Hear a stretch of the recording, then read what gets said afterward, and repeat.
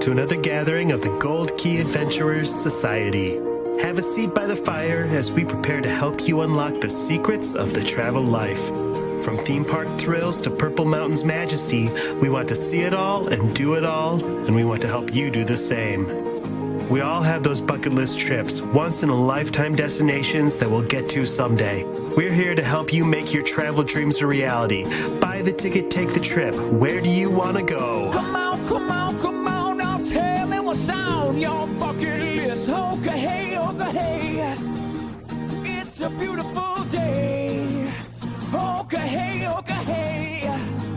it's a beautiful day. Sleigh bells ring, are you listening to this week's show, all about the most magical time to visit the Magic Kingdom and the rest of the Disney theme parks. But first, travel news, including a backyard Matterhorn, Cripple Creek's Christmas Casino, where to park your flying car in Orlando, and why Sweden likes to ring in Christmas with an ill-tempered mallard. Jingle them bells and pour me some eggnog. It's time to hit the trail with the Gold Key Adventure Society.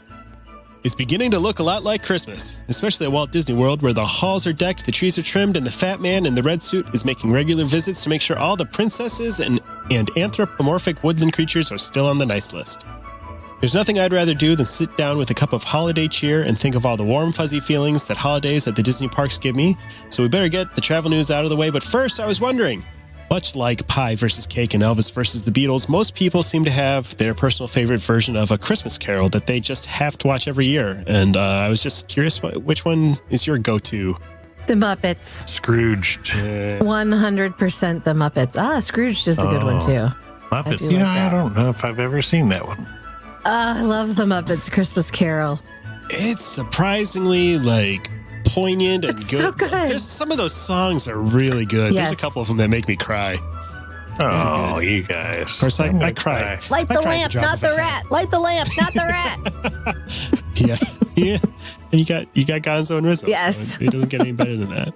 I've always been a fan of Mickey's Christmas Carol too. Oh, yeah, I do like that one. That one's cute. I love Scrooged. Yeah, me too. That's good. Bill Murray. I don't know if I've ever actually watched that one. Oh, you haven't should seen make it a Bill point. Murray's interpretation of the Christmas Carol? You need to see it. It's great. I do need to see it. I've always been more of a traditionalist there, but This one's a great spin on it. It's traditional-ish. It's just set in the 80s, and he's a TV exec Bill Murray, instead of so. Yeah, and Bill Murray rules. Yeah, And who doesn't love the 80s? that's true. Have y'all seen the one, No, the Robert Zemeckis one with Jim Carrey playing the Scrooge, and it's the computer? That one's super creepy and cool. Oh, I don't think I I've like ever that one a seen lot. it. It's really good. There's the weird part where they shrink him down to the size of a mouse, and he goes on a strange Ratatouille adventure for a little while. Oh. Yeah, he goes into the sewer and stuff. But other than that, it's a really, really good, faithful version. Yeah, some of the sequences in that are just harrowing. Just some scary stuff. Huh. Yeah. You watched that when Wyatt was just slightly too young for it, and it scared him. Oh, no. Yeah. Yeah. And just it's actually really beautiful. There's the shot where they're flying over the city of London, and it's gorgeous. Huh, Yeah. I'm going to have to check you it should out. find that. I think it's on. It seems like that's on. It's on Disney something Plus. streaming. Is it Disney Plus? Yeah. Yeah, I saw it recently on something. I couldn't remember if that was a Disney one. Yep. Yeah, they just added it. It's back up there. I'll have to put it into my holiday rotation of Die Hard and The Ref. Two of my favorite I haven't seen holidays. The Ref since 1990 or whenever it came out. I watch it every Christmas season because I love it. It's so good. I introduced Wyatt to Home Alone. Home Alone is yesterday, another actually. favorite. Yeah. Mm-hmm. That's such a good one. Yeah. And surprisingly sweet there in parts when he's not, torturing other humans. The Wet Bandits. Any one of the things he did to the Wet Bandits would kill him. Yes. He's electrocuting him and blunt force trauma. Blunt force trauma with cans of paint. Literally setting them on their fire head with a blowtorch to the skull. And we're just yucking We're it up. laughing. Oh, that's so funny. Now, what if that was two grown men torturing a 10-year-old for 2 hours? Would that be nearly as funny? I feel like no, maybe not. No. Probably not. Usually. It would be frowned we upon. digress. That's what we do around here. Yes. That is our thing. Let's get to the news. The news this week is brought to you by Key to the World Travel. Key to the World Travel is a full-service travel agency specializing in theme parks, cruising, and destinations around the world. Head to www.keytotheworldtravel.com for more details and a no-obligation quote on the vacation of a lifetime. Heather, they're letting more people in at Walt Disney World these days. They are. Bob Chapek gave us a little peek behind the curtain at the shareholders call this past week, where he let us know that at some point in the last few weeks, they have increased capacity from 25% to 35%. And he said that things are going well and they're going to hold there. We're not exactly sure when that happened. I would probably guess it's been in the last 4 to 6 weeks that people have noticed. A few more folks. Yeah, it was kind of vague. Mm-hmm. He said we were recently able to go from 25% of our max capacity to 35%. And I guess they tested it a little bit just to see, probably a day or two here and there to see what that really felt like, and seemed okay. So they went with it. I was just in the parks this past week, and it definitely there were definitely more people there than on my previous trips over the summer. But it feels a little bit more normal, but it's definitely not. It's not the typical building towards the holiday season crowds. It's manageable. We saw lined wait times that were, depending on the attraction, very popular ones we saw at around 45 to 50 minutes, which, let's be honest, that's less than that's not a bad. Normal day in the spring or summer. Oh, yeah. In the summer, you're looking at 90 to 120 minute waits for things like Space Mountain and Big Thunder Mountain. Well, and Flight of Passage was routinely still, 2 years into its existence, over 300 minutes in peak times. And Flight of Passage this week, we saw it at 45 minutes at one point, and then I saw it up to 60 minutes at another point. And that's nothing for that ride. I think what confuses people, and they're just so used to that. I got my 3 rides with my Fast Pass, and I didn't have to wait. But the waiting isn't that long. The line looks insane because the way they've got 6 feet between each person, the lines go out the front gate practically. But it's a fast line. It's just long. And that's what I think is going to become an issue if they decide that they can increase capacity further, as they start to be comfortable with going maybe towards 50%, which who knows when that will happen.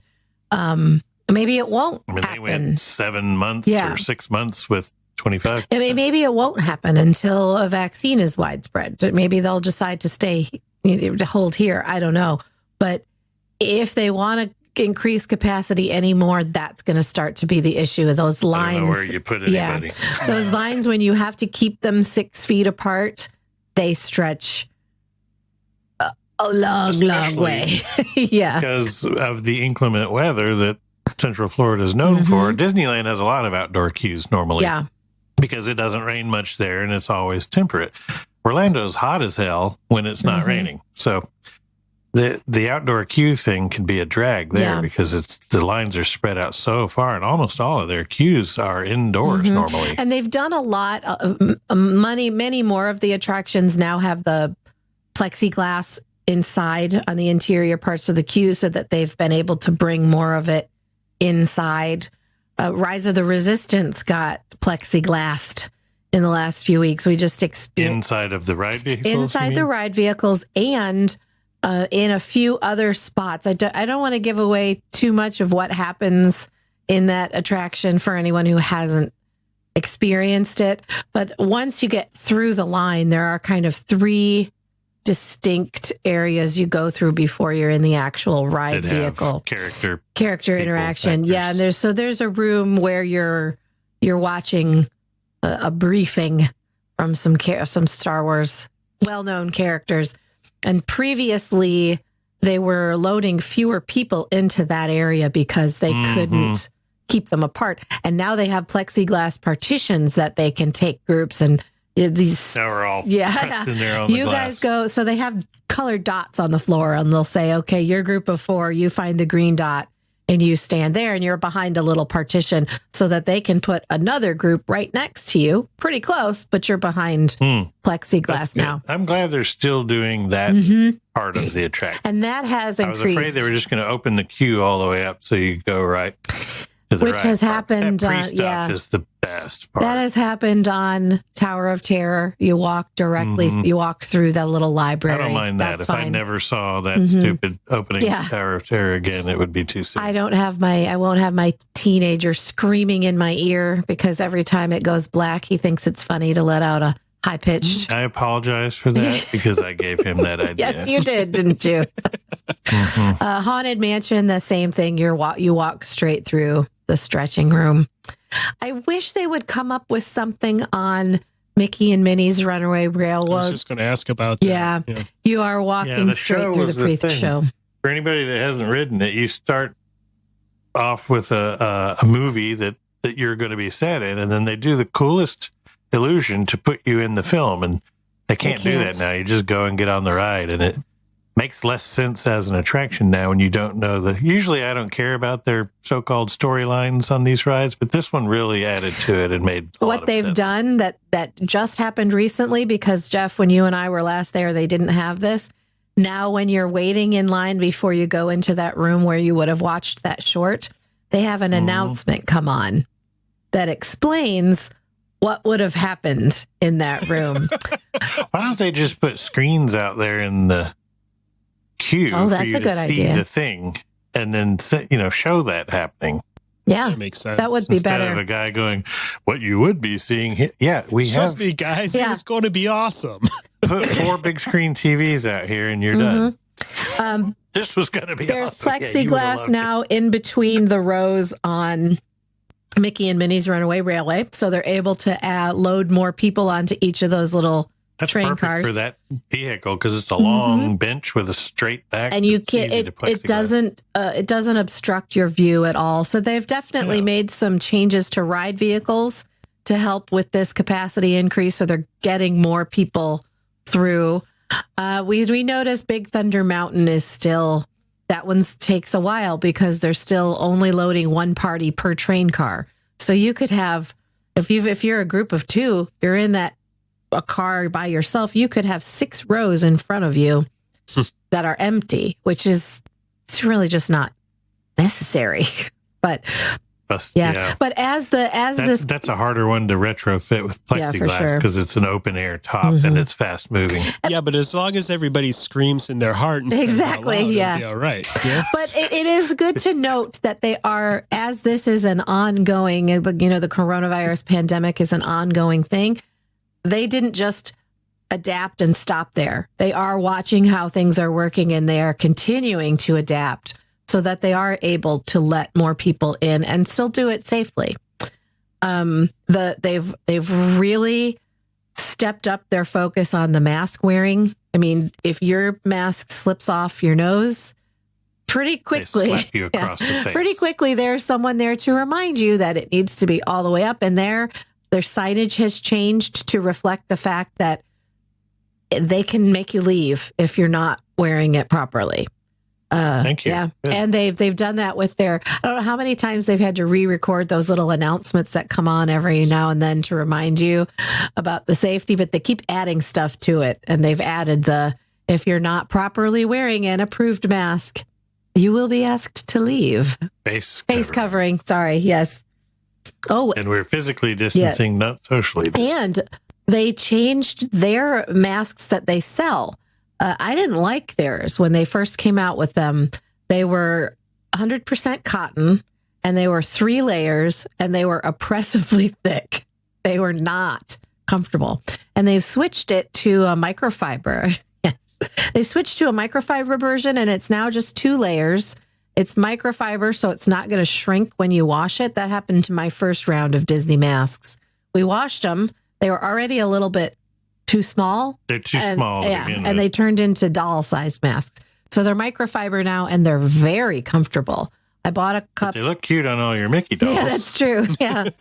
I bought a couple on this trip, and now it's my favorite mask because it's very comfortable, very breathable, and I like it better than some of my own masks. They need ones with adjustable ear straps. That's true. Apparently, I have like far set back ear. I don't know what, but they're always too tight on my ears. Yeah.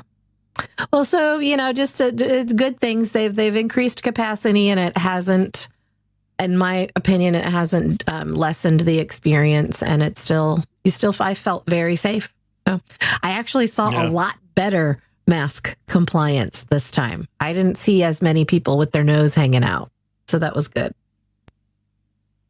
Well, if you're on the other side of the country and you're missing Disneyland, Jeff has a story about one man's quest to bring the experience home. Have you guys seen? I forgot where. Don't have it in front of me. There's a video that's going around, and we'll put it on the Facebook page. Facebook. Hold on. I just lost my feed there. I couldn't see anyone, and it was jarring to me. But this guy, he's a college student, and he told his dad, who they have a lot of land, looks like acres of land, and he said he's going to build a roller coaster in the backyard. He's an engineering student. Dad's like, okay, yeah, sure. He built, it's not exactly to scale or anything, but it is a really impressive Matterhorn roller coaster. Wow. And it's about 4 stories tall. It's got the cement, the rock work, everything. The rock work's amazing. He's got waterfalls, multiple waterfalls that you go around and through. Inside is a working animatronic Yeti. What? This thing is nuts. Yeah, lighting effects, everything. Wow. It's awesome. And he plans to keep it up for a while and let people come and ride it and do whatever. Amazing. And then the plan is that he'll tear that down and use the track pieces and everything to build another replica at another time. I hope he's getting some kind of engineering school credit for this stuff. It honestly looks smoother than the real Matterhorn, which is at Disneyland, California, if anybody doesn't know. That thing, like most rides, exit through the gift shop. This one needs to exit through the chiropractor's office because it's for a sure. beating to or ride if you that have ride. kidney stones, ride it and it'll knock it loose. It has... I couldn't tell if it had a lift, Dan. Could you? It seemed like they didn't show if it, I don't know if you start at the top and just work your way down, or if it actually has a lift. I think I remember seeing I'd have to watch real quick. I've got the video in front of me. It's so impressive, though. The rock work and everything. It's just so. What you're saying is this is better than those parents who were recreating Pirates of the Caribbean with a laundry basket. Oh, yeah, and this is definitely better.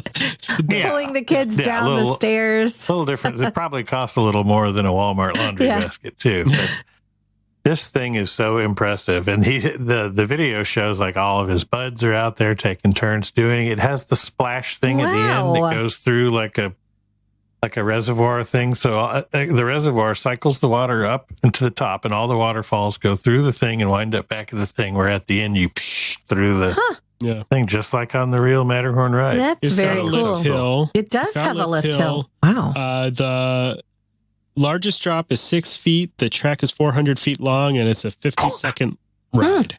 400 feet. So the real ride is probably 2.5, 3 minutes. So this is like a third of what they actually That's pretty cool. Disneyland in this dude's backyard. I like the tiny little wooden trestle bridge that you go across. Yes. And it's so impressive. I need you and Kendra to build one of those, Dan. Yeah, I'll get right on that. Kids. I think we've got just enough room in our backyard. It could be just that in the backyard. Can't get the door open because it's bumping into the Matterhorn. Dad, the mountain's in the way again.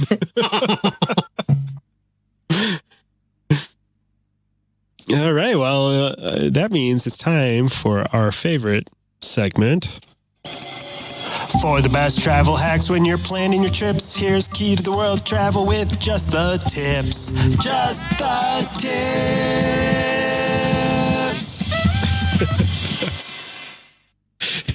I feel like it's we haven't heard that Saturday Night Live. I know. I love that sweet sax solo at the end. All right. Is that what you call that? It's something. It sure is something. That was a bleeding goose. That's bleat. Or, by the way, not bleeding. Either one depends on what you're into. Anyway, here's a tip. I'm Brenda Hayes from Midlothian, Virginia, And my travel tip is don't stress about packing. 99% of the time, you can always buy it when you get there. That is a good point, and I have done that. Unless you're on a cruise ship or something where it's very limited what your options are. That is super true. I used to stress and bring everything I would ever anticipate needing, and then I realized I'm in Orlando. I'm not. Yeah. You're not going into the wilds of Africa. Well, I mean, I suppose if you are going on a safari, you probably should stress about packing. Yeah, but even then, they severely limit you on what you can and should bring there, too. And they'll supply you with first aid or whatever. Bring your medicine, bring your bathing suit. You can buy all Disney clothes when you get there. Very true. I came back with a few more per 5 days. Yeah. Well, one pair of underwear for every 5 days. Is that what you just said? Yeah. Okay, I'm not. Wear it forwards, wear it backwards, turn it inside out, forwards, backwards, and then one day commando. Yeah. You're good to go. I'm not traveling with you anymore, Dan. What's the problem? I wonder why nobody wants to travel with Dan. Peace and quiet is lovely. Yeah, you've gone nose blind to yourself. Yes, I think that is true. The rest of us have not. Everybody loves their own brand, right? Everybody loves their own brand.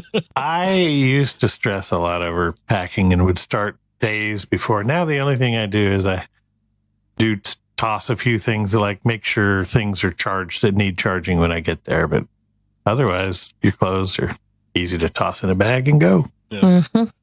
You guys have both brought up the idea of having stuff that's all permanently packed, and that way you just add your clothes. I have a whole separate set of makeup. My toiletries are always just a travel set, and a separate set of all my chargers and everything. So as long as I remember to put those three things, then I'm pretty good. That's what I forgot last time was my 2 bags, one with all my chargers and the one with all my camera stuff. So I was on a fam trip to learn all about these new resorts with no camera stuff and no charge. Luckily, the iPhone camera that you have is pretty spectacular. Yeah, pretty great. Yeah.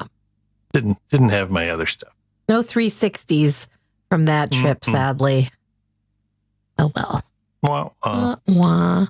So did you guys hear the great vaccine news that came out this past week about Pfizer's version of the COVID-19 vaccine? I did, and I am so excited. Pfizer and their collaboration with BioNTech released the preliminary information on their final phase, and it's showing that it's not.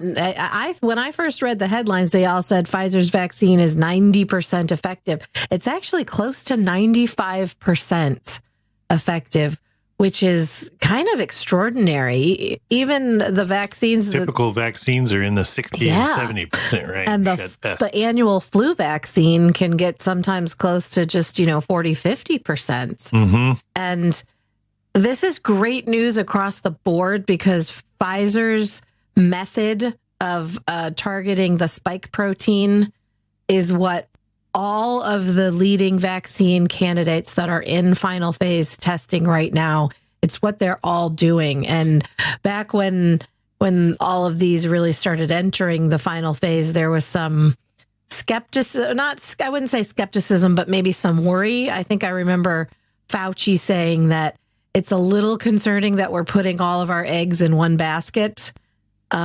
And it looks like we picked the right basket, so that's good. Pfizer's vaccine is also based on the same mRNA technology as Moderna, which is the other leading candidate that's probably about to be ready. So we can probably guess that one's going to be just about as effective. Fauci did speak last week and say that he's very excited because he thinks that means that all, 16 or 18 that have entered late phase testing are all probably going to come out with about this level of efficacy. So Pfizer's going to go for emergency use authorization, hopefully by the end of this month. And actually, Moderna was saying the same thing, that they plan to by the end of this month. So we could see by December It's most likely going to be frontline healthcare workers and the people at super high risk, people in nursing homes and things like that. I really hope this means that we see more widespread availability to the rest of us by March or April. And if that happens, then now we just got to get everybody on board with getting vaccinated. Please. Yes. Stop with the anti. Yeah, actually, Dr. Fauci spoke, it was just a couple of days ago, and said that his hope is that with these high levels of efficacy and the really good safety reports, that it will increase acceptance, at least here in the United States, that people are going to realize that these are safe and they are very effective, and it's how we're going to get out of this. If you're ready to burn your mask, then get you and your family vaccinated as soon as you're able to. I read an article yesterday that I just texted you guys, and it was talking about this vaccine and the other two that are of the same kind. This mRNA, the thing that's so cool about it is that most vaccines are made from a live virus that's been killed, and then it creates the thing. This thing does a whole different thing, and now that they've sequenced this, it will make future vaccines. They've spent all the money on, some of the companies have used government money and whatever, but they've spent the money and the time now to get this thing where when future things come up, they just reprogram it with the new thing, and vaccines will much be quicker. More like half a year to a year now. Yeah. So most of this research time was actually figuring out this part of it, how to program it. Now when future pathogens come along, they just reprogram this thing, and we could have almost instantaneous vaccines to diseases. And hopefully that means we of this type that we don't go through what we've gone through in the past year and are still looking at another 6 months of, probably. Oh yeah. I would love for that never to happen again. That's on my Christmas list, you guys. Yeah. And the other thing is that we all do have to remember is that this Moderna and Pfizer and these mRNA vaccines, they're not brand new. They really have been working on this technology for a while. Moderna has an Ebola vaccine that was already in use with this technology. So we didn't start from nothing and get to where we are, just in 6 months. And I don't know, when at the beginning of this, the media loved all the articles about how normally a vaccine is tested for 10 years. Yeah, that's the ones that are live vaccines types. 10 years is not, 10 years isn't great for anything. If we have a new thing pop up, we don't want to have to wait 10 years for a vaccine. Yeah. I'm excited about this, and I will definitely be one of the first in line to get also, it. technology these days just moves so much faster each generation. They have done the R&D to figure out everything before it. Yeah. The compound knowledge makes everything move a lot faster. Pfizer's is a little bit going to be a little bit tricky to distribute because it has to be stored at just ridiculous. Like 60 below or something crazy. But a lot of I just read that our local health departments here in Kent County have already done the work to get the freezers that are needed to store it. And actually, Walgreens is equipping their stores with freezers that can store this. Walgreens and CVS are trying to make sure that at least a few of their locations in each major metropolitan area have that, so that people can like you'd never have to go more than an hour or so away to get this thing. And the exciting thing about Moderna is that one doesn't have to be stored so low. It can be used still cold, but they say a regular freezer can store it. You don't need one of the special. The one freezers. they put on hold was the one that's that strip that's room temperature, and you put a little strip on it. And it's shelf stable, and it doesn't require 2 visits. It's just one thing that time releases into your skin. That's going to be a good one, but that's probably a ways off. I think by March or April, we're going to see a few different of the vaccines start to be available to the rest of us. And that's really going to be how we're going to get out of this. So until then, we need to keep convincing people to put on a mask and continuing with their life until they can get a vaccine. And then maybe next Christmas we can have normal holiday things happening. Next Christmas, I go back to having to see my family. Yes. That's true. I mean, getting to see my family. You know Excuse me. what? Sorry, Dad. You know what? I will take that hit. Yeah. I'll take that hit in order to be able to move about the world freely again. 100%. That would sure be nice. Well, when you're able to move around the world freely again, I've got an interesting hotel for you guys that is Christmas themed. Oh. My favorite. Yeah. This is in go away pop-up ad. Is that, I think it's Colorado. Cripple Creek. I'm only familiar with Cripple Creek because of the song by the band. Up on Cripple Creek, she stands me. Okay, don't sing anymore, otherwise we have to pay less. I've been there. You've been there? Have you been to the Christmas casino and inn in Cripple Creek? I have not. I went when I was a kid. I had family in I still have family in Colorado. I just haven't been to see them.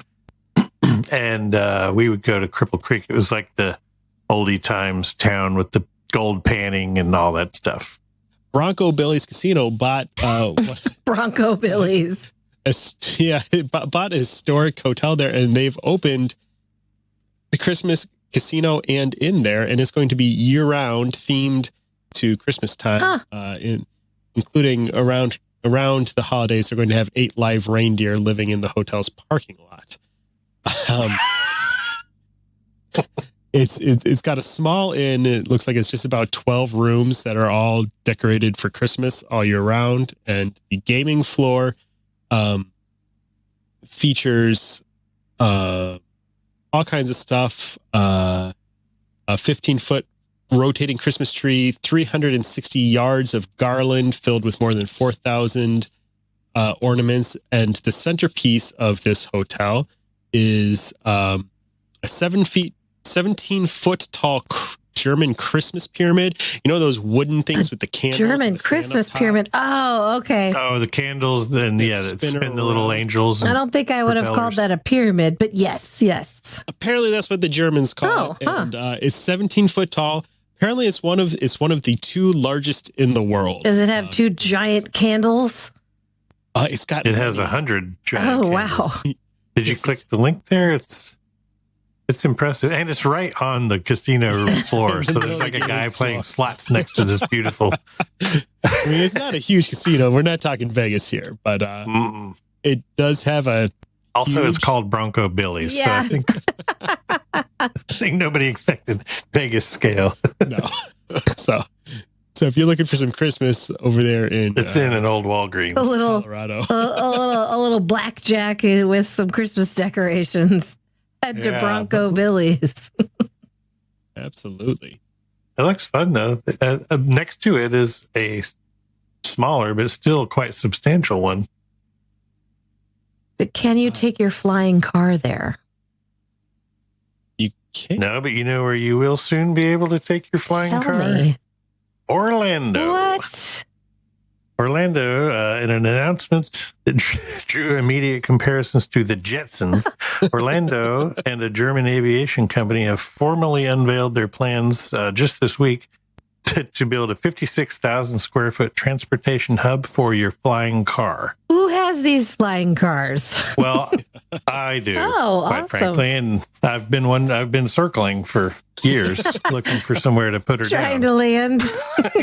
Yeah. So now these are electric powered aircrafts that they take off vertically, just straight up. Whoa. And they can go 186 miles per hour, and they have them now that seat 5. They're pretty cool looking, very, very sleek. They're like a little small plastic. It looks like if Apple designed an airplane. Huh. But these things cost $100? $200. $200? At least. Yeah, they're building this hub. Interesting. So that's the first of its kind in the U.S., but it didn't say, the article did not say where else these things are. So if you need to fly around the Orlando area, you can, I guess they will have places to store it, or you can trailer it away. I don't know the details yet on that, but I'll be happy to land because I've had to pee for 3 years. It seems like a big gamble. It really does. We have a fly-in community in the West Michigan area where it's like an airport, small landing strip in the neighborhood. Yeah. So the people who who live there have their own small aircraft, and then there's hangars for the aircraft in the neighborhood. And so you fly in, and I guess I was like, what is the market for this? And from what I understand, it's people who work in Chicago but live here. So they fly over, they fly into Chicago and then they fly home. I don't. I've seen little aircraft landing there. You can see it when you're driving from where we live out to Holland. So like Cessna size? Yeah, they're bigger than very small, like Cessna and maybe a little bit bigger. Those little planes freak me out. I'm not scared of flying on a normal aircraft, but those little personal size planes, they're fun. I've been in one a couple of times. Disney tried to do this in the 70s at Walt Disney World. Really? They built, it was called a stall port, short takeoff and landing. There's an airfield at Walt Disney World that they now use for construction staging. Mm-hmm. Oh, I had no idea. I think you can see the runway from the monorail at one point. It's real near where they put that Mickey-shaped solar panel farm. Oh, okay, area. Yeah, and the idea was that they thought in the 70s that the next big thing in transportation was that people were going to be using Cessnas and personal aircraft for commuting, and so they built an airport. And we have some friends that do fly their small, I don't know what size or whatever, but it's their own personal airplane. They fly down there to small enough vacation all the time, but I guess they're not landing right at the Wilderness Lodge. Small enough that they have to weigh their luggage and themselves before they get on the plane and make sure that that's a no for me. I'm sorry, your lunch was too big. Go to the bathroom and come back in 5 minutes. Or get rid of a few pair of shoes out of your luggage. Mm-hmm. Yeah. I guess I'm going to just, stick to the larger commercial aircraft. Yeah. The professionals. Mm-hmm. Yeah, I think that's what I'll do too.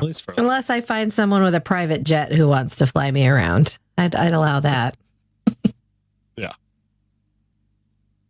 I had an inspiration for a series of specials I'd like to do for the next few episodes. Everybody knows about the crazy, about the Krampus who likes to beat children. I have recently learned about Krampus. Yes. And Japan's predilection for Kentucky Fried Chicken on Christmas Day. Some of those more. I didn't know that either. You just really? You just slid that in there like we all know. Yeah, everybody knows about Japanese Kentucky Fried Chicken Christmas. I guess we'll talk about that next week. All right. Okay. Oh, what a tease. So I wanted to talk about interesting Christmas traditions around the world. Oh, okay. I like it. Santa Claus. And did you guys know that in Sweden, you can't have Christmas without Donald Duck? Huh. No. I was not aware. Is that what their meatballs are made of?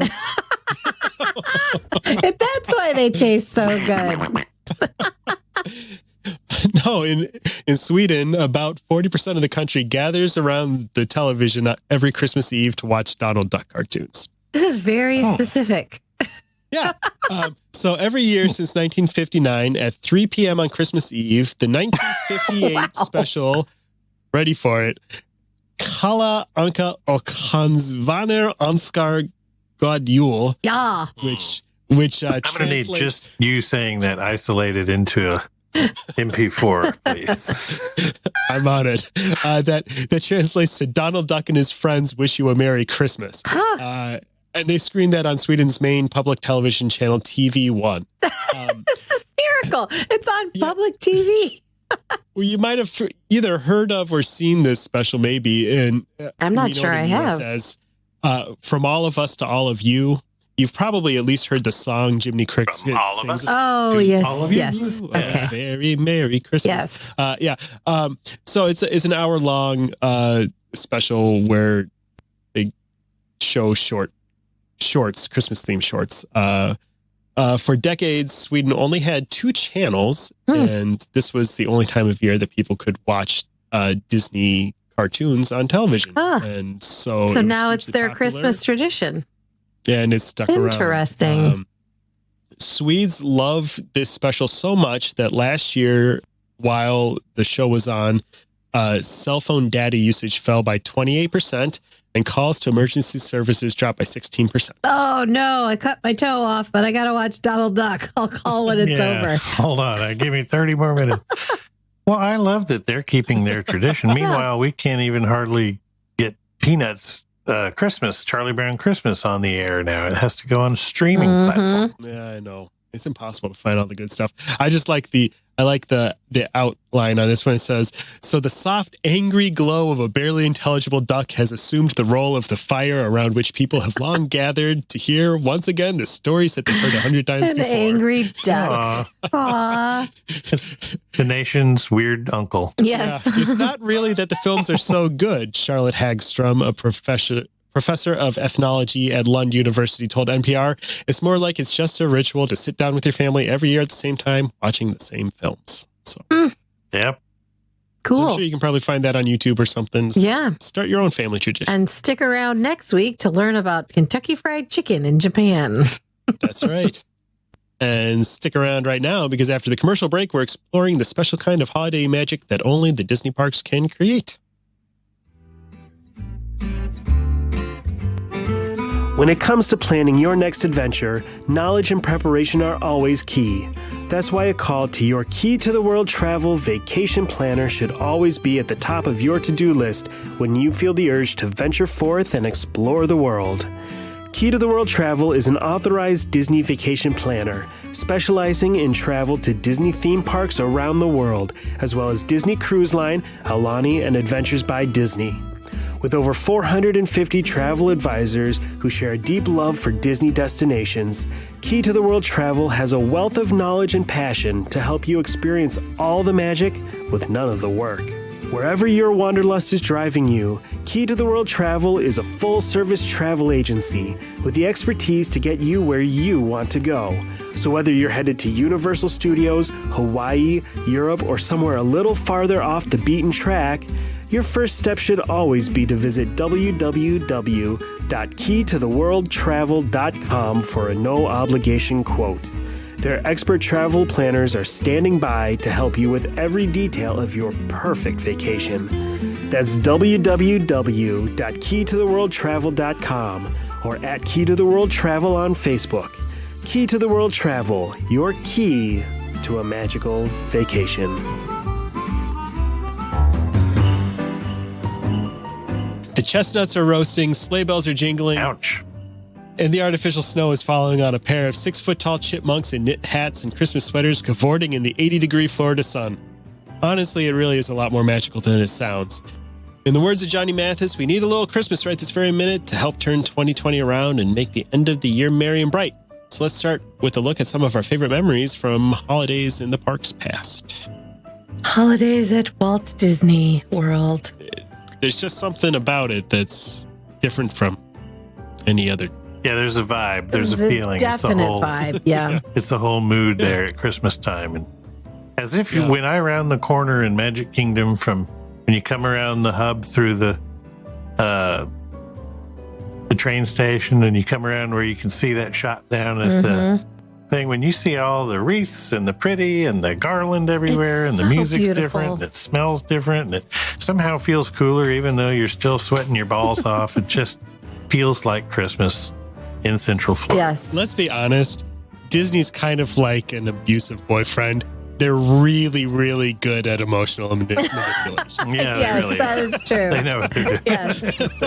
It's Ouch. so pretty. And I don't know. It is my favorite time of year at either Disney World or Disneyland. Mm-hmm. Disneyland's even more magical, I think. So magical. At the holiday season when the holiday decorations are up. Yes. All beautiful holiday music is playing. Yeah. And holiday people are garland. standing in 10-hour lines to get a giant candy cane. Yeah, that part's not as good. Yeah, it's not all magical. Yeah. I've only actually seen Disneyland at Christmas time. Is that the true? You have not been to Walt Disneyland Florida complex? I just during the took holidays? your wife to the Walt Disney World Florida well, then campus I'm taking for Christmas. Dan next year. You should. Yay! Oh, boys trip. Yes. Let's do that. But we're going to Disneyland. But honestly, if you talk to anyone who's standing in that very long line for the handmade candy canes at Disneyland, nobody's grouchy.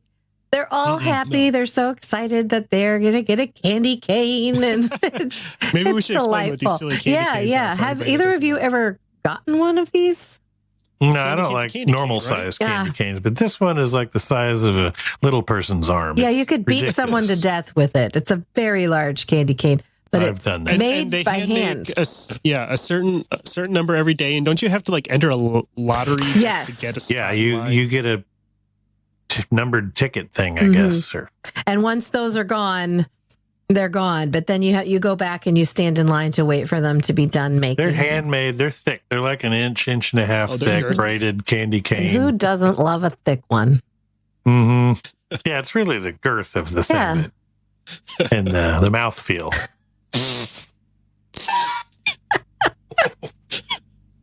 Not so much the taste for you. Yeah, if you're not into mint, you might not love that part of it. But yeah, I am into mint. Yeah. We don't have any. There's nothing like that in Walt Disney World. They don't do those handmade candy canes in the Main Street confectionery. I'm surprised. I am a little as well.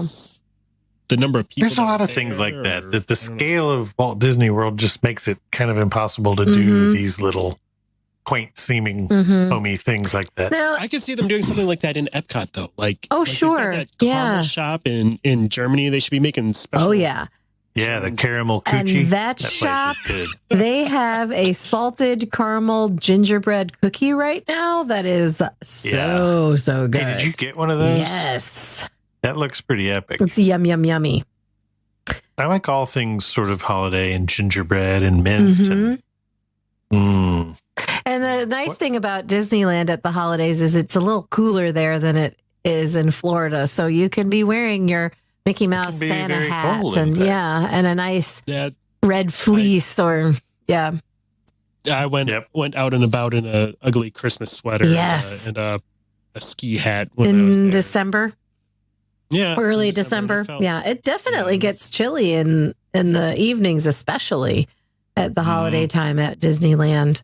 And they have fun overlays that they do on some of their rides, which is great. I mean, we've debated whether or not the Haunted Mansion's Nightmare Before Christmas overlay is a good thing or a bad thing. I think it's a good thing. It's amazing.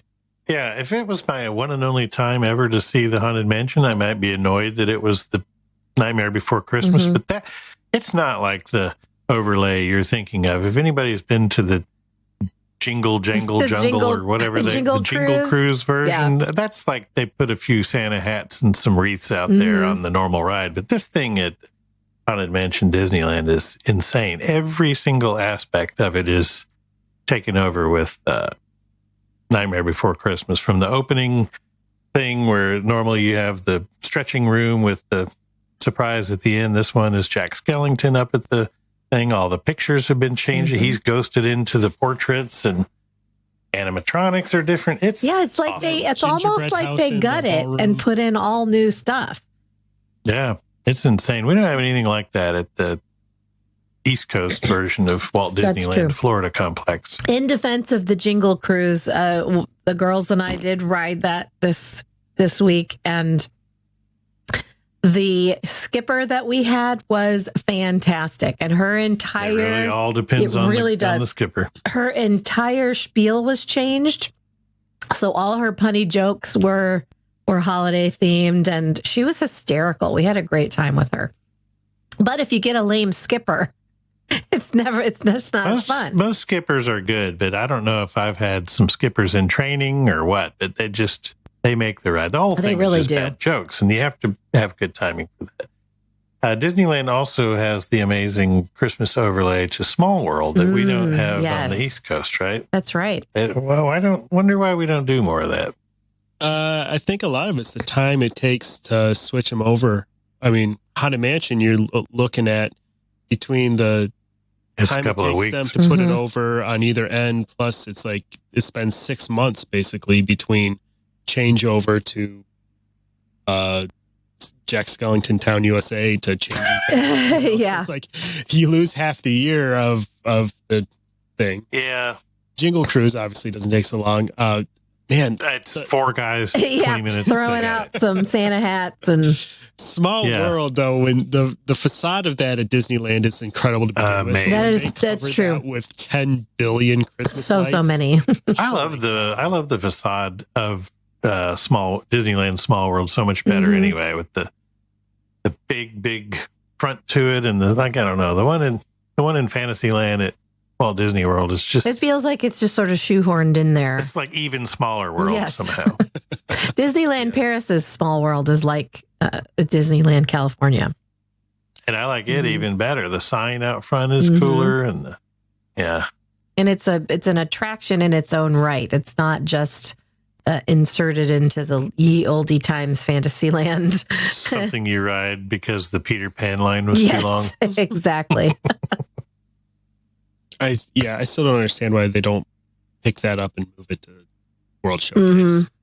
Oh, So that's true. It Heather would was fit there. just there. She just got back yesterday. Heather and Dan's wife. They are sisters, by the way. Yeah, she is my sister. But they saw all the things that are a little bit different this year. Disneyland is closed. as That we is a know, big so difference. You can't experience that. That part sucks. So their Christmas displays are really lame. Yeah. And then Disney World has changed up a few things because apparently icicle lights have COVID. Yes. Who knew? So what are they doing now? And I actually like this better. So they're using that projection technology on the castle, and it changes every 15 minutes to a new, beautiful version of the holidays. So it makes the whole castle The look whole like it's different colors thing. and patterns. And Yeah, there's one that's beautiful blue and gold. And then, That's my favorite. yeah, that one is my favorite. I love that one. And then there's one that's predominantly red with there's some Minnie Mouse dots thrown in there. One is mostly green and it has lots of Lean back, Dan. snowflakes. And I think, Dan, your background is the one with the Minnie Mouse dots. There's one that looks like gift wrapping. Yes. And they stay on for 15 minutes. And then you'll hear the jingle bells start up, and that means it's about to change. And then it does the whole transformation into the next one. the crowd goes, oh! Yes. And it's just gorgeous. I mean, the projection mapping technology is so cool. It's cool. And they've already got the projectors there, and the whole castle's perfectly mapped. Yeah. So it's So you don't have that. easy for them for different holidays and How whatever long to does change it these take things up. to put up those icicle lights? Don't they usually start in September? Takes forever, and the So crane is long. up forever. And Yeah, that big ugly crane. Yeah. And also, not to mention those. I mean, the lights are pretty. They are, but they're a little bit much for my taste. They kind of look like something that somebody's grandma might have. up Yeah. there. I don't know. I do like it. The first time I stood there near closing time at it was a cool night at Disney World, and the first time I saw it with all the actual just dripping with icicle lights, and it was a nip in the air, and to see that the first time was pretty magical. it is magical. You know, once you've seen it, you've seen it. People cry if anything changes, so of course everyone hates this. Well, I do wonder if maybe they could do an icicle lights version with the projection mapping. I bet they could. Oh yeah, they can do both. There's no. I'll make it, project what the castle looks like with icicle lights But on it. this, I don't. Nobody that we saw seemed to be disappointed, because when you see these new facades in person, they're just spectacular. The colors are incredible, and it's really beautiful, and it's cool that it can do several different ones, and everybody has their favorite. And we did notice that people were standing around the whole time waiting to make sure that they saw the all idea four. was to not have that happen. And we talked about that it might make sense if they cut down the amount of time between the changeovers, and that way, if they cut it down to say maybe 5 to 10 minutes at a time, You wouldn't have to stand there as long to see all of them. I think they had people are standing there an hour to see all four. I think their hope was that you'd see one and then go do something else and see another one later. But people wanted to make sure they got photos of all four. Yeah, what was it? And I don't know if they still do. I don't think they still do it. What was that? When they first started playing with this projection mapping, they had that projector like pre-show before the fireworks. Yes. And it was through the different Once Upon a Time. Yeah, they were taking, some of the things they were doing was taking ride photos that had happened that day and projecting them onto the castle. It was something. Oh, that was cool. Yeah, something like that. Yeah, that was that. Go ahead. They've kept that thing since the ride projection. It just did the whole show, and then they would have the projection, or then the normal fireworks and projection show. Right, but they went through the scenes pretty quick. Yeah, in that version was getting at it. Yeah, that they could. I think they just need to shorten that amount of time. But I will say that it wasn't. It didn't feel unsafe and crowded. You know, everybody was in their own group, and nobody was getting right up on us or anything. Are like cast that. members keeping people moving at all, making any effort to not have people congregate? Not that I saw. They just letting it happen organically? Yeah, not that I saw. They have those regular announcements telling you to please stay at least 6 feet from any other, any other group. And for the most part, people are doing that. And everyone's got a mask on and you're outdoors. So I wasn't really that concerned if somebody, got within 6 feet of me for a few minutes to take a picture. That's not really a big risk. But if they're worried about the optics of it, maybe. But, it didn't look to me like people were congregating close together. It just was pretty obvious that people were staying there to make sure that they saw all four. Once all those bloggers have done that, that's true. Yeah. then normal people might keep moving. Yeah. But I really loved that. And they also have the big spotlights coming up behind it, so it sort of has a little bit of the effect that the fireworks would have with all those spotlights. Yeah, with aimed. the way they project on the front of the castle, and then the spotlights that are along the side and back, it gives it a real weird, hard to explain 3D pop. Like the whole thing seems like Viewmaster 3D, like it's popping off the screen of the sky. It's kind of cool. Yeah, and then so of course the. A signature holiday season thing at Walt Disney World has always been that holiday parade, which is not happening now. But what I like it better, just like I think all of us have said we love the character cavalcades, they've taken that parade and broken it up into little cavalcades. Let me ask real quick. Sure. I was thinking about this the other day and forgot to look it up. So at Disneyland, they just have their normal daily or nightly parade becomes a Christmas parade. They don't have the Christmas party where you have to pay to see the parade. But at Disney World, the Christmas and Santa parade and the Tin Soldiers and all that and Nutcrackers was only during the ticketed event, only right? during the ticketed event until about mid-December. Those ticketed events end.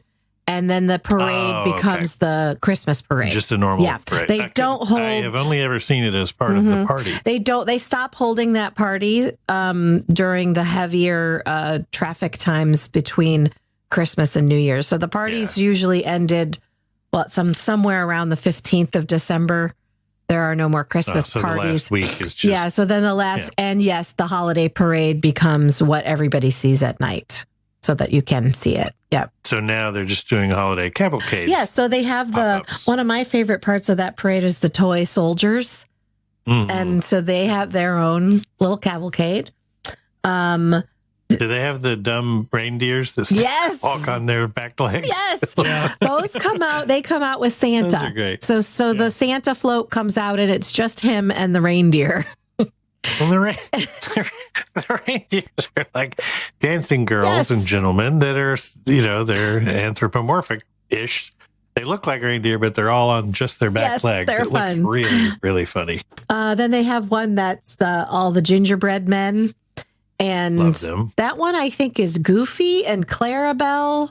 Yeah, that's Goofy's Candy Kitchen. Yes. Candy Flare Kitchen, about- and the whole thing smells like gingerbread and Yes, candy. and it's a when it very goes by. strong smell of gingerbread when that one goes by. Are these throughout the Yes. day, or All day long. It's every 15 minutes, a different one will come out. There's no I love that. I wish they'd stick to that instead of shutting everything down for a parade. There's no set schedule. Like, it's not that Santa comes out at the top of the hour or anything like that. It's just about every 15 minutes, a cavalcade will come through. The princesses have one.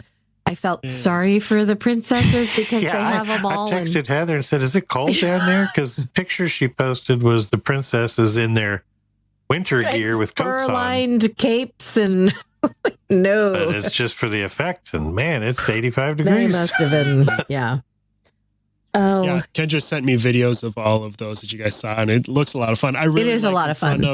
In front of the Goofy's Kitchen one, Max still comes out Yes. in his gingerbread house car. Yeah. It's a really cool car. I like that one. I yeah. love So Max. it's like they took the best floats, the best parts of that Christmas parade and just broke them into cavalcades. And I think it's better. You don't have, even when there's no pandemic, I don't really love all the people lining the streets for an hour to 2 hours before. I think if they ever do go back to a nighttime kind of parade, which I wish they would do, but they should just do evening cavalcades, have really cool Yeah. lighting effects. You could combine some of the best aspects of Main Street Electrical Parade and Spectro Magic and the one everybody loves at Disneyland. What is that one? When can we do this again? Oh, Paint the Night. Yeah, with the more digital modern effects and screens. Have one car from each of those styled things Yeah. and just put lights all over. It could be super cool. So of course there's no visit with Santa. You can't go sit on Santa's lap this Aw. year, which is sad. And the other character experiences. So all of the other newly adapted character meet and greets have all been turned into Christmassy. So my favorite one was the Country Bears. They're still coming out up there, and all of them are wearing, up on the roof. All of them are wearing hats and scarves, and they're so cute. Liver Lips is my favorite. And they were like so proud of their scarves and showing them off. Like, look at me wearing my scarf. And one of my favorite moments on this trip is we were standing there watching the Bears, and I turn around to leave, and there is a Country Bears fan who is basically decked out just like the Bears. He had the same scarf and the same hat they were wearing, and then he was like just like a visitor to the park? Yeah. Oh, wow. Same hat and same scarf, and then he was covered with stuffies of the Country Bears. Like, he was clearly a very big fan. Are you telling me you did not take a picture of this gentleman? I didn't. I should have. He would want you to. Nobody shows up dripping with stuffies and doesn't want a picture. That's a good point. You're right. It's a big letdown, girl. I I'm wanted you to at sorry. least ask about his I have outfit. failed you. Ooh, speaking about characters up on the roof, something exciting happened just recently that you guys were there to see in Liberty Square, right? Yes, it's a little weird, but it is exciting. The Muppets are back, and But they don't they speak, don't right? speak. So I think you'd have to be an equity actor. Yeah. Exactly. they've kind of the feeling it gives is that they're another character meet and greet. Like, you know, when you're interacting with the Country Bears, they'll mime things at you and, you know, make a heart with their hands and stuff like that. Mickey, any of those, they don't And talk. that's what the Muppets are now doing. And they have it's all day long, so it's not the set show times that they used to have when they did that little show in Liberty Square. And they just rotate through the Muppets. We saw Fozzie and Kermit came out, and the puppeteers are doing a great job. They are like, if you wave at Kermit, he'll wave back. And Leah, who was with us, Kermit was wearing a candy cane striped bow tie, and she asked him, does your bow tie smell like peppermint? And he nodded and like fixed his bow tie. So they are kind of interacting with the crowd the way that the other non-face characters do. We saw Gonzo and his chickens.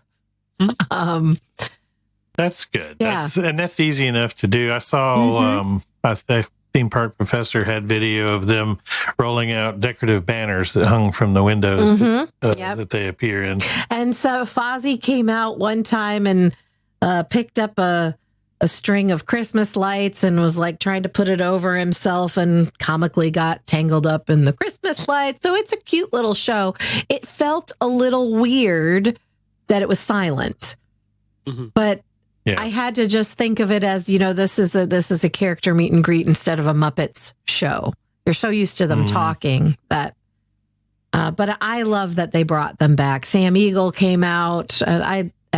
I love him. Yes, as we know, I am a big Muppets fan, so I loved seeing them, and it was great. And you don't have to hear awful new Kermit's voice. This is true. Kevin Frog. Kevin the Frog. Did it seem like the parks were less decorated or had gone? Not at all. They seemed very I hear people decorated. crying about Epcot, and they really didn't do anything to Epcot. But what y'all need to know is they never used to do anything to Epcot, even in the before times, until after Food and Wine. Exactly, and that's why Epcot is not decorated at all yet.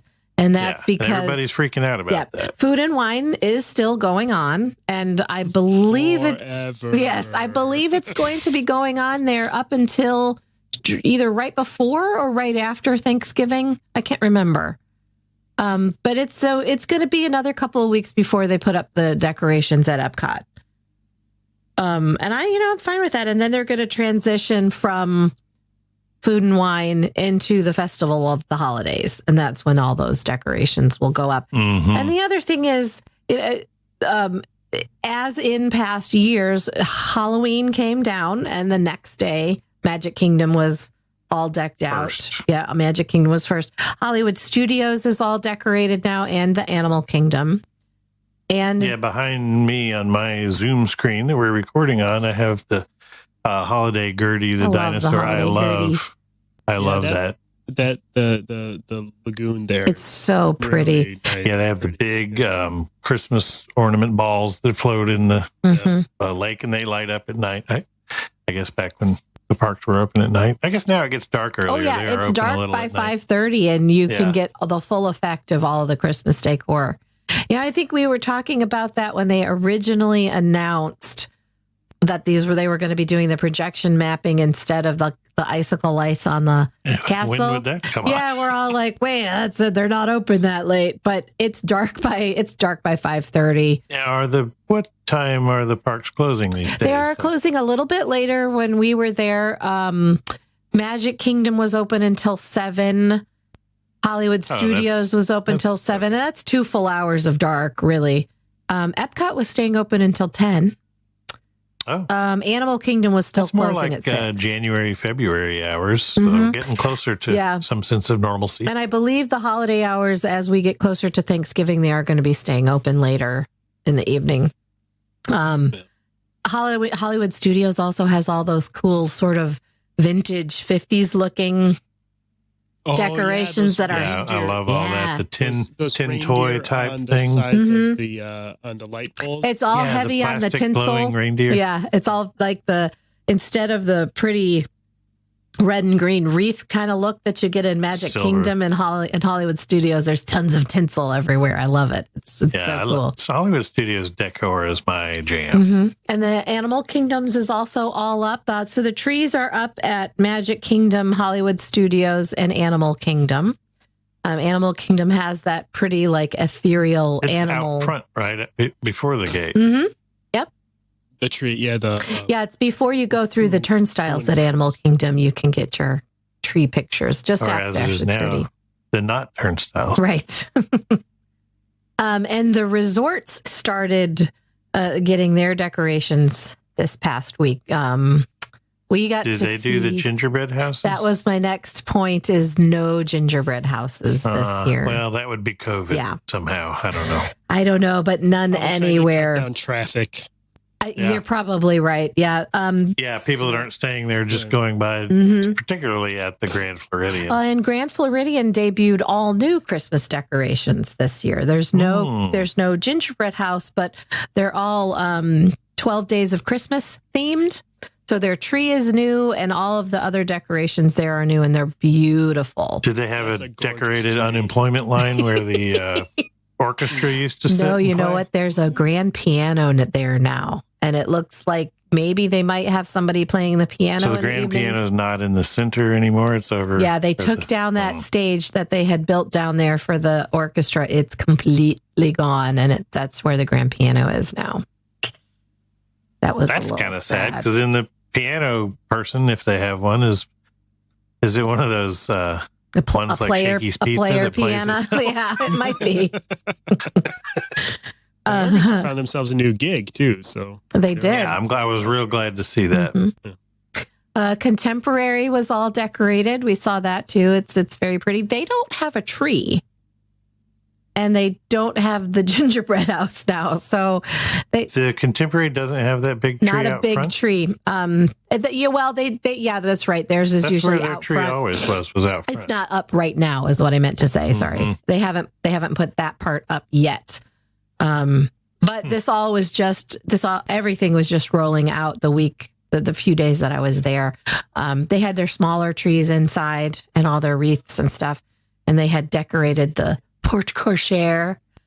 So I would expect that their big tree will go up pretty quick, and it may be already now that I've left. It's kind of, you wake up in the morning and something that's new is new. up. Yeah. Wilderness Lodge is up. Now, you were at the new Riviera. How do they do for Christmas? This is their first Christmas. This is their to be first open, Christmas, and they had not done it yet. So, Okay. yeah. We don't know yet. We left on. They have a very low lobby ceiling. I don't know what. Yeah, they could do I in there. kind of think they may need like Contemporary. Maybe they'll put the big tree outside somewhere. Mm-hmm. I don't know. We left on Wilderness Saturday, is gorgeous. and it wasn't Wilderness up yet. Lodge. Mm-hmm. So One of my pretty. favorites at Christmas time. We went over to Yacht and Beach too to check it out, and they hadn't put anything up yet. I was curious what they were going to do there because they usually have They also have a little gingerbread thing. Well, it's a train. They have the gingerbread at Yacht and carousel. Beach, and then the gingerbread carousel over at Boardwalk. And there's a carousel at Beach too. Yeah. Beach or Yacht One. I can't remember. None of that was up yet. So slowly rolling out. This is all normal too, Yeah, folks. it is. Everybody thinks everything that happens is like, that's because of the COVID. It's not. It always, Magic Kingdom goes first, and Yep. then they slowly dole out the other parks and then the hotels. The Grand Destino Tower has a tree up it. It's gorgeous. And Is it down in the bar? Mhm.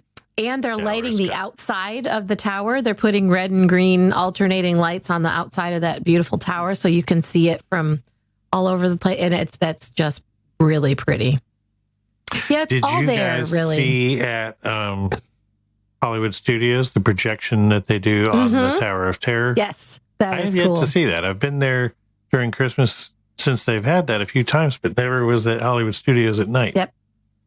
It's very cute. It's and that one does that just like the Magic Kingdom projections. It's like every 15 minutes it changes.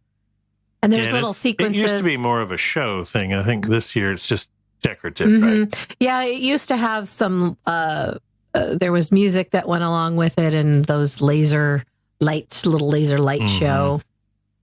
And Yeah, like you're it was mostly just static at a Who images this concert or time. something. Yeah, to again try to prevent people from congregating. No Jingle Bell Jam this year. No, and no fireworks at the Magic Kingdom. No Jingle Bell, Jingle Bam. That's what it was. That's what it Jingle was. Bell, Jingle Bam. Bam. With the exclamation. Yes. But there's still plenty of magic to be. So much. had I at didn't. all It didn't parks. feel less to me at all. Even having experienced all of the different things in the past, the Christmas tree trail is still at Disney Springs. It's just spread out all over Disney Springs now instead Which of. makes more sense. Oh, yeah. anyway. That thing always got so crowded. I loved seeing the trees, but didn't really like going back in that little area they had it in because you were always bumping into people and you couldn't get. Now they're just spread all throughout the whole Disney Springs. Yeah, it was harder to get good pictures of them because there was always somebody in your shot. And it's a little bit easier now that they're all spread out. The character sightings are there, it doesn't feel less. They're just different. And I don't think necessarily different in a bad way. Do you have any final thoughts about the holidays at Walt Disney World besides it's still magical? Still magical, and you should go visit. Mm-hmm. Yeah. And if you do, I recommend using a travel aid. Mm-hmm. And bring us back a present. Like a sweater. Yeah. I could use a good sweater. You could. Thanks for hanging out with us again this week. If you're excited to catch the holiday spirit Disney style or explore anywhere else around the world, Key to the World Travel has a magical sack with infinite holding capacity in the back of a tiny sleigh pulled by 8 tiny reindeer and 1 tinier reindeer with a chronic sinus infection. Full of expert travel planners ready to make your vacation dreams a reality. Head to www.keytotheworldtravel.com to get started with the no obligation quote. Don't forget to catch up with our friend, the Theme Park Professor, for all the latest theme park news and tips at www.themeparkprofessor.com. Word of mouth is still the best way to help us grow our show. If you've got a friend or two who you think would appreciate our special brand of globetrotting jackassery, tell them what makes our show so great and send them our way. You can find links to subscribe on your favorite app at www.goldkeyadventurers.com. Can't wait to hang out with you again next week. See you real soon. Bye. Goodbye, everybody. They're not celebrating Christmas at Flo's. No. To ask a question or share your travel story, you can reach us by smoke signal, carrier pigeon, or send an email to goldkeyadventurers@gmail.com. And make sure you follow the Gold Key Adventure Society on Facebook and Instagram. A huge thanks to our sponsor, Key to the World Travel. For all your travel planning needs, visit www.keytotheworldtravel.com for a free quote and help planning the trip of a lifetime. Tell them the Gold Key Adventurers sent you. That's www.keytotheworldtravel.com. Key to the World Travel, your key to a magical vacation.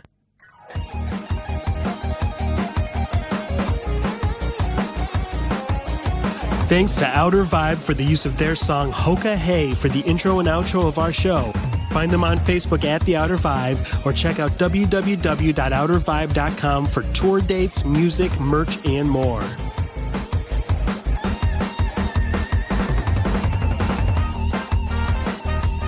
We'll see you next week for another meeting of the Gold Key Adventure Society. And until then, remember, life is short and the world is wide.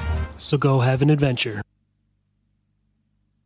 Key to the World Travel has a magical sack with infinite... Sorry, I hit that sack a little. That's what she said.